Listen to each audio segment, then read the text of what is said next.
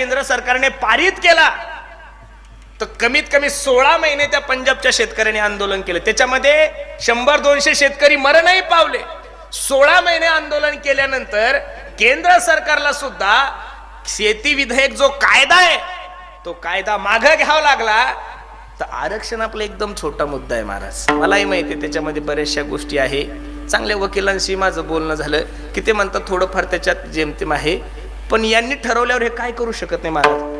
अरे सगळं महाराष्ट्र झोपेल असताना हे जर शपथविधी घेऊ शकतात, घेतलीच ना महाराजांनी रविवारच्या दिवशी ते बी.